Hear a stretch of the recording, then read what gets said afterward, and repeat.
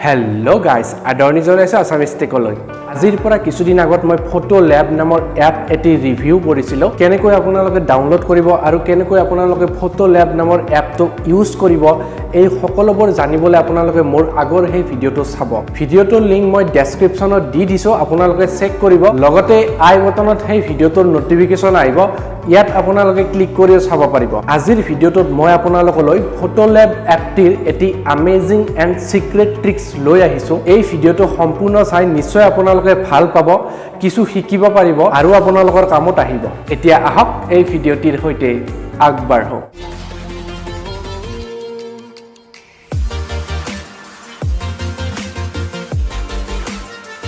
আপোনালোকে নিশ্চয় ফটোল্যাব এপত ফটো এডিট কৰে আৰু যেতিয়া ফটোল্যাব এপত ফটো এডিট কৰিব তেতিয়া সেই ফটোখনত এটি ওয়াটাৰমাৰ্ক আহি যায় আৰু সেই ওয়াটাৰমাৰ্কটোত লিখা থাকিব ফটোল্যাব বুলি এ আপোনালোকে স্ক্ৰিনত দেখা পাইছে এনেকুৱাকৈ ওয়াটাৰমাৰ্ক আহি যায় সো আজিৰ এই ভিডিওটোত মই আপোনালোকক শিকাম ফটোল্যাব এপত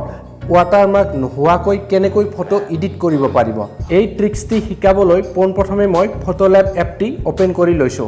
সো মই ফটোল্যাব এপটি ওপেন কৰি দিছো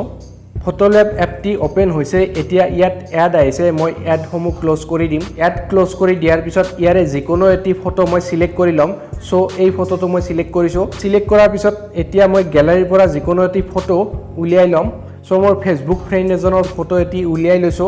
এই ফটোটো মই ওয়াটাৰমাৰ্ক নোহোৱাকৈ এডিট কৰিম এতিয়া মই তলৰ ৰাইট এৰো সিম্বলটো ক্লিক কৰিছো ফটোটো এডিট হৈ গল এতিয়া মই এই ফটোটো সেভ কৰিম ওয়াটাৰমাৰ্ক নোহোৱাকৈ সো ইয়াৰ বাবে মই ওপৰৰ শেয়াৰ অপচনটোত ক্লিক কৰিম এতিয়া গতিটোত ক্লিক কৰিম এতিয়া তলত ডাউনলোড বুলি এটা অপচন আহিছে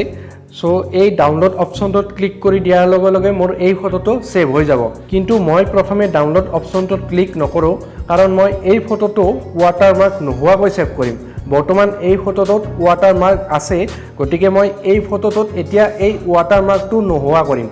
নোহোৱা কৰিবলৈ এই ওয়াটাৰমাৰ্কটো আপোনালোকে দেখা পাইছে ফটো ল্যাব বুলি লিখা আছে এই ওয়াটাৰমাৰ্কটোত ক্লিক কৰিব লাগিব সো মই ইয়াত ক্লিক কৰি দিম ক্লিক কৰাৰ পিছত এতিয়া ইয়াত নট নাও অপচনটোত ক্লিক কৰিব লাগিব সো মই ইয়াত ক্লিক কৰি দিছো ক্লিক কৰি দিয়াৰ পিছত ইয়াত নো আৰু ইয়েস আহিছে সো মই ইয়েসত ক্লিক কৰিম